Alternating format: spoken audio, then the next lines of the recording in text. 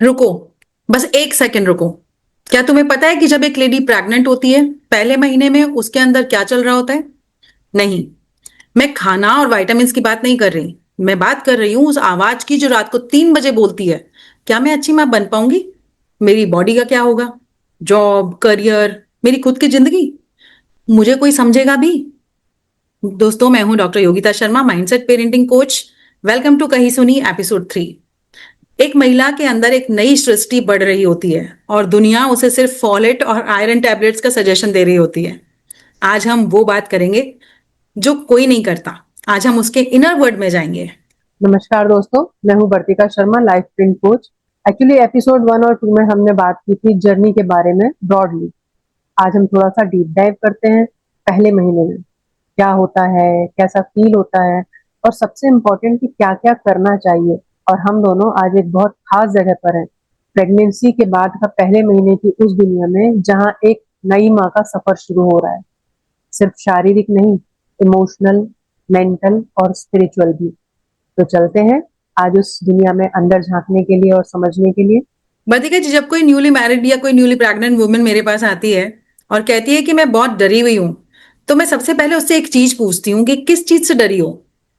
और वो कहती है कि सभी चीजों से, स्पेशली अंदर के बदलाव से। मैं एक्चुअली इसे इस डर से ज्यादा एक आइडेंटिटी क्राइसिस कहती हूँ, क्योंकि एक महिला जब पहली बार अपनी रिपोर्ट देखती है तो वो सिर्फ एक बच्चे को नहीं देख रही होती है, वो अपनी पूरी एक जो इंडिपेंडेंट आइडेंटिटी होती है उसकी मौत देख रही होती है और एक जिम्मेदारी को जन्म दे रही होती है। इसलिए ये जो ब्लूप्रिंट है ये सिर्फ एक फिजिकल नहीं होता, बल्कि सोल लेवल पर हिलाने वाला होता है। तो अब यहाँ डर कौन कौन से होते हैं, चलिए मैं बताती हूँ। जैसे आपने ऑलरेडी शेयर किया कि सबसे पहला जो डर होता है वो जॉब और करियर का। कहीं मेरा बॉस मुझे जॉब से तो नहीं निकाल देगा, कहीं मेरी प्रमोशन तो नहीं रुक जाएगी, कहीं मैं प्रोफेशनली अपने बाकी के कलीग्स के कंपैरिजन में पीछे तो नहीं रह जाऊंगी। तो योगिता जी, जैसे आपने एक और चीज कही थी जो मैं बहुत गहराई से भी फील करती हूँ, कि हम सिर्फ फिजिकल प्रेगनेंसी को देखते हैं, लेकिन एक औरत के, महिला के इनर वर्ल्ड, उसकी फीलिंग्स, उसके मूड स्विंग्स, उसका इमोशनल लैंडस्केप, वो अक्सर इनविजिबल रह जाता है।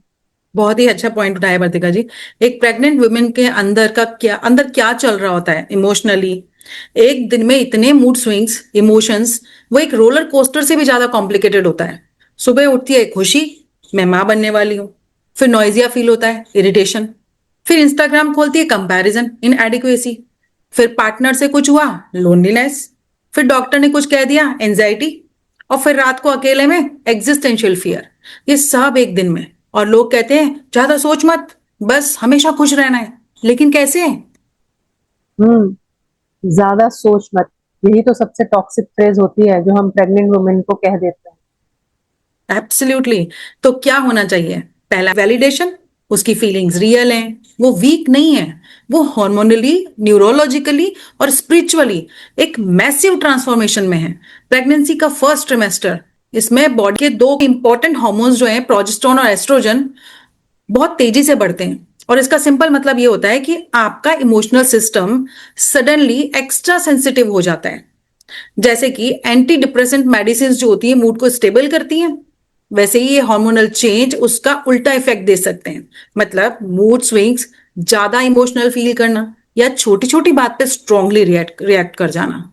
अगर शॉर्ट में बोलूं तो इस फेज में आप ओवर सेंसिटिव नहीं हो रहे होते हो, बल्कि आपकी बॉडी एक पावरफुल हार्मोनल ट्रांजिशन से गुजर रही होती है। तो मैं यहाँ ये कहना चाहती हूँ गीता जी कि जो हम सेंसिटिविटी की बात करते हैं वो सेंसिटिविटी एक्चुअली वीकनेस नहीं होती है। इसे हम HD यानी हाई डेफिनेशन अवेयरनेस कह सकते हैं। माँ के मतलब नेचर जो है वो माँ को पहले महीने में इतना सेंसिटिव इसलिए बना देता है ताकि वो बच्चे में होने वाले सब्टल सिग्नल्स को भी रीड कर सके। लोग कहते हैं मूड स्विंग्स, जबकि मैं कहती हूँ कि सिस्टम अपग्रेड हो रहा है। पुराना सॉफ्टवेयर जो सिर्फ खुद के लिए जीना जानता था वो डिलीट हो रहा है और नया सॉफ्टवेयर जिसे बच्चे के लिए जीना है वो इंस्टॉल हो रहा है। तो थोड़ा हैंग तो होगा ही सिस्टम। बहुत ही बढ़िया। और मैं अपने सेशंस में एक टूल भी यूज करती हूँ और उसे बोलती हूँ name it to tame it. Neuroscience का प्रिंसिपल है कि जब आप अपने इमोशंस को नाम देते हो ना, लेवल करते हो, तो प्री फ्रंटल कॉर्टेक्स एक्टिवेट हो जाता है। एमिगडाला जो फियर सेंटर है, वो काम होता है। तो माँ को सिखाना यह है कि जब मूड स्विंग्स आए, रुको, उन मूड्स को नाम दो। मैं अभी ओवरवेल्म्ड हूं, मैं अभी स्केयर्ड हूं, या मैं अभी लोनली फील कर रही हूं। सिर्फ एक नाम, और देखना कि अंदर का जो तूफान है वो थोड़ा थम जाता है। बिल्कुल। और मैं अगर इसी को लाइफ इन पर्सपेक्टिव से अपना एक एंगल दूं, तो जो बिलीव्स हम अपने जन्म के बाद कैरी करते हैं, वो जनरली या तो हमें अपनी माँ से या दादी से या अपने घर के ही पैटर्न से मिलते हैं। तो ये सब एक्चुअली प्रेगनेंसी के दौरान ना सरफेस पे आता है, जो यूजुअली हमारे सबकॉन्शियस माइंड में बहुत डीपर लेयर में होता है। ये हार्मोनल चेंजेस की वजह से सरफेस पर आने लगता है। तो एक तरह से देखा जाए तो ये हीलिंग का भी टाइम होता है। तो उन इमोशंस को रोकना नहीं है, बस ये कहना है कि जैसे उनको उस तरह से डील करना है जिससे कि वो कहीं हमारे बच्चे की प्रोग्रेस में या माँ और बच्चे के बीच जो कनेक्शन बन रहा है उसके बीच में ब्लॉकेज ना क्रिएट करें। बिल्कुल सही कहा आपने। प्रेगनेंसी एक मिरर है और वो सब दिखाती है जो अभी तक आपने छुपाया हुआ था। बिल्कुल। चलिए, तो अब आते हैं उस जगह पर जहाँ मुझे पर्सनली बहुत पैशनेट हूँ मैं उस चीज के बारे में बात करने में, और वो है वैदिक विजडम और मॉडर्न साइंस का संगम। तो योगिता जी, आप गर्भ संस्कार के बारे में भी बात करते हैं, तो चलिए थोड़ा उसी को गहराई से समझ लेते हैं। बिल्कुल वर्तिका जी। तो गर्भ संस्कार का लिटरली अर्थ ही होता है वूम एजुकेशन। और ये एक एंशंट वैदिक प्रैक्टिस है जिसमें माँ अपने बच्चे को वूम के अंदर ही डिफरेंट श्लोकास, म्यूजिक, पॉजिटिव स्टोरीज और कॉन्शियस थॉट्स के थ्रू शेप करती है। और सब साइंस, ये सब चीजें अब साइंस भी बोल रहा है। Fetal auditory system 16th week से डेवलप होने लगता है। बेबी साउंड सुनने लगता है, बेबी माँ की हार्ट बीट, माँ की आवाज, ये सब रिकॉर्ड करता है। जेस्चर और पोस्चर भी। इसीलिए बाहर आने पर भी कई महीनों तक बच्चे को कुकून की तरह लपेट कर उस पोजीशन में रखते हैं जैसे कि वो वूम के अंदर था, और उसी से वो कंफर्टेबल फील करता है।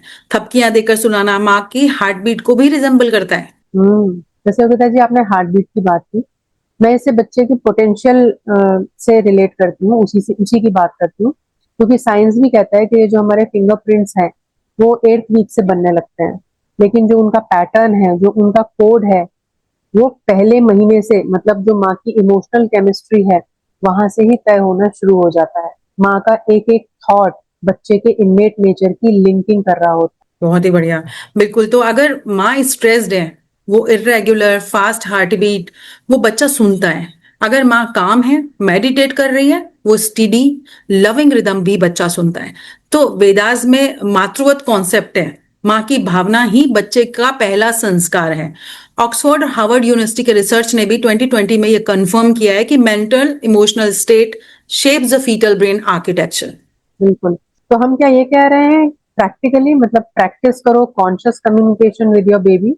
सुबह उठकर 1 मिनट अपने पेट पर हाथ रखें और कुछ एक पॉजिटिव इंटेंट दें कि आज हम साथ में ठीक हैं।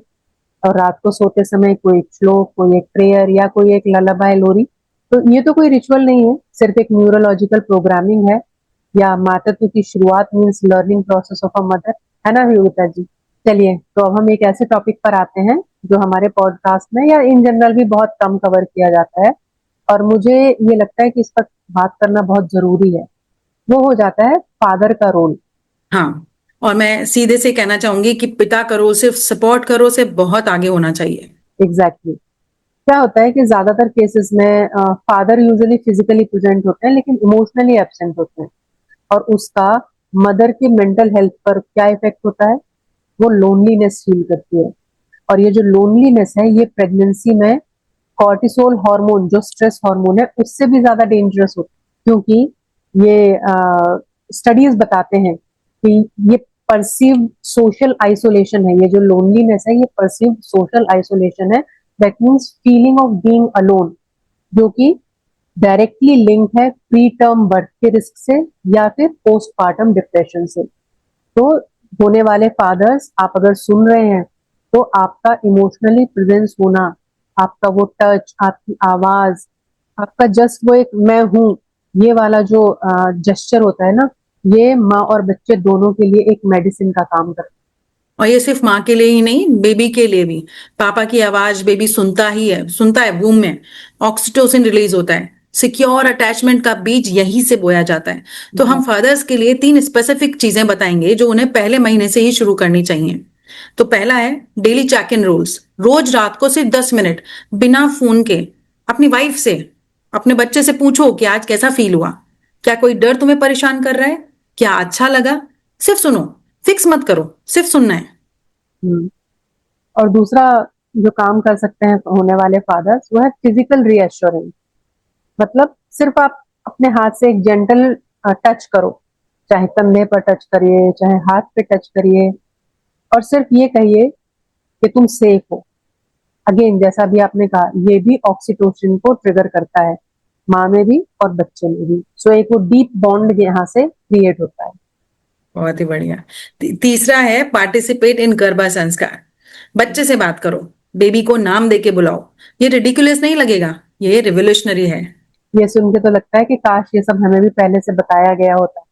और इसीलिए तो कहीं सुनी है और इसीलिए अब बता रहे हैं। तो अपनी मैं एक छोटी सी बात बोलना चाहूंगी कि अपनी चोट से सबक लेकर मलहम बनाइए, जिसके काम आए वो ले ले और फिर दर्द भी नहीं होगा। बिल्कुल, बहुत बढ़िया। और अब बात करते हैं हम न्यूट्रिशन की, लेकिन प्रॉमिस हम ये कर रहे हैं आपसे कि हम लोग कोई बोरिंग लिस्ट नहीं देने वाले हैं। हाँ, सिर्फ फॉलेट लो, आयरन लो नहीं, हम बात करेंगे होलिस्टिक न्यूट्रिशन की। पहले ट्रिमेस्टर में हमें क्या चाहिए फिजिकली खाने के लिए, या जो भी न्यूट्रिशन चाहिए वो डॉक्टर्स हमें बहुत अच्छे से बताती हैं। Just keep follow it. बिल्कुल। लेकिन आयुर्वेदा कहता है सात्विक आहार के बारे में। जैसे आप फ्रेश खाना खाइए, खाना हल्का होना चाहिए, आसानी से डाइजेस्टेबल होना चाहिए। आपको process food, junk food avoid करना है, राजसिक और तामसिक फूड भी अवॉइड करना है। साथ ही साथ पहले ट्राइमेस्टर में तो बहुत ज्यादा अपना ख्याल रखना है। तो कुछ चीजें हम अपने फूड में रिप्लेस कर सकते हैं, जैसे रिफाइंड शुगर को हम रिप्लेस कर सकते हैं जैगरी के साथ में। आप गुड़ खाइए, ठंडा खाना मत खाइए, फ्रिज से निकाल के मत खाइए, उसको वार्म मील से आप रिप्लेस करिए। और गाय का घी बहुत फायदेमंद होता है, लेकिन ओवर ईटिंग इसकी भी नहीं होनी चाहिए। मॉडरेशन में आप इसको लीजिए, ये बच्चे के ब्रेन डेवलपमेंट में बहुत हेल्पफुल होता है। तो अब फिजिकल के बाद आते हैं हम मेंटल न्यूट्रिशन पर, जो अक्सर लोग भूल जाते हैं पूरी तरह से। बिल्कुल, और ये ऑलमोस्ट जीरो ही डिस्कस होता है। Mental nutrition means what you are consuming through your senses. Social media doom scrolling वो कॉर्टिसोल फूड है। News of violence, drama, negativity वो टॉक्सिक मेंटल फूड है। फाइट्स, आर्ग्यूमेंट्स, टॉक्सिक रिलेशनशिप वो poison है। और क्या फीड करो? Beautiful music, specially classical Indian instrumental, uplifting stories, books, podcast. जैसे कही सुनी, नेचर, सुबह की धूप, विटामिन डी और सोल फूड दोनों मिलेगा। Laughter, seriously, laughter therapy is real. बच्चे को भी एंडोफिन चाहिए ना। बिल्कुल। ये फ्रेमवर्क सुन के मुझे बहुत अच्छा लगा योगिता जी, लेकिन बात तो यही है ना कि दिल क्या करे, दिल नहीं मानता ये सब करने। वो तो यही कहता है कि नहीं, नेटफ्लिक्स पे जो लगाया है एक बार टीवी, तो 8 घंटे तक कंटिन्यू चलता ही रहेगा। एनीवेज, चलिए, तो जो हम खाते हैं, जो हम देखते हैं, या जो हम सुनते हैं, ये सभी न्यूट्रिशन है। तो हमें हमारा न्यूट्रिशन बहुत केयरफुली चूज करना चाहिए। पोषण सिर्फ प्लेट में नहीं, परसेप्शन में भी होता है। बिल्कुल। तो अब जो मैं पर्सनली सबसे ज्यादा बिलीव करती हूँ, वो है हमारा डेली रूटीन और हमारा स्पिरिचुअल कनेक्शन।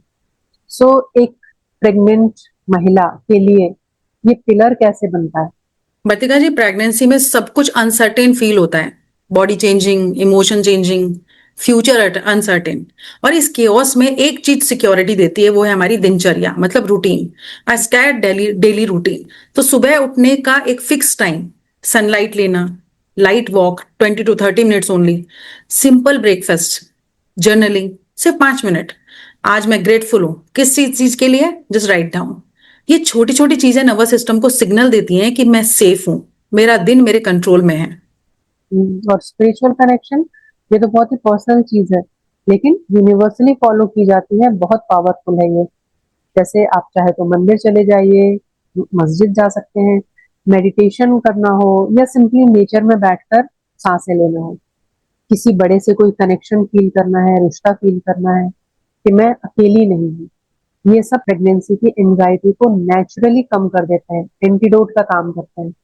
और रिसर्चर्स भी बताते हैं कि वो महिलाएं जिनके पास एक स्पिरिचुअल कनेक्टेडनेस का सेंस होता है, चाहे किसी भी रिलीजन से क्यों ना हो, they experience significantly lower paternal anxiety and better birth outcomes, prenatal anxiety and better birth outcomes.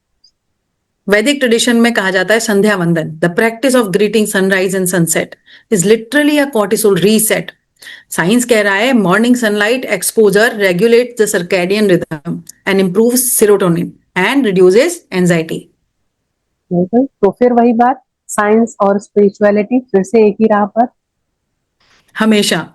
और मैं एक चीज और ऐड करना चाहूंगी, ग्रैटिट्यूड एज स्पिरिचुअल प्रैक्टिस। रोज रात को 3 चीजें लिखना जो उस दिन आपको अच्छी लगे, सिर्फ 3। ये ब्रेन को थ्रेट मोड से ग्रोथ मोड में शिफ्ट करती हैं और वो शिफ्ट बच्चे तक जाता है। सो एक माँ की ग्रेटिट्यूड बच्चे के लिए पहला लेसन ऑफ पीस बन जाता है। एग्जैक्टली और मैं आज के एपिसोड को एक मैसेज के साथ बंद करना चाहूंगी कि जो हर प्रेग्नेंट वुमेन तक पहुंचे, तुम सिर्फ एक बॉडी नहीं हो जिसमें एक बेबी ग्रो कर रहा है, तुम एक ब्रह्मांड हो। और जो तुम फील करती हो, सोचती हो, सुनती हो, देखती हो, वो सब उस नए जीवन का पहला अनुभव है।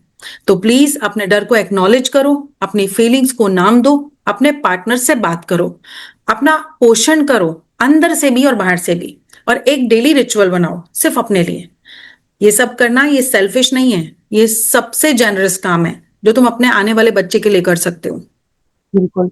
और आप सब जो सुन रहे हैं, अगर आपके जीवन में कोई जीवन के सफर में कोई ऐसा है, तो उनके साथ आप डेफिनेटली इस एपिसोड को शेयर कर सकते हैं, क्योंकि कभी-कभी एक सही आवाज जो सही वक्त पर मिल जाए, वो सब कुछ बदल देती है।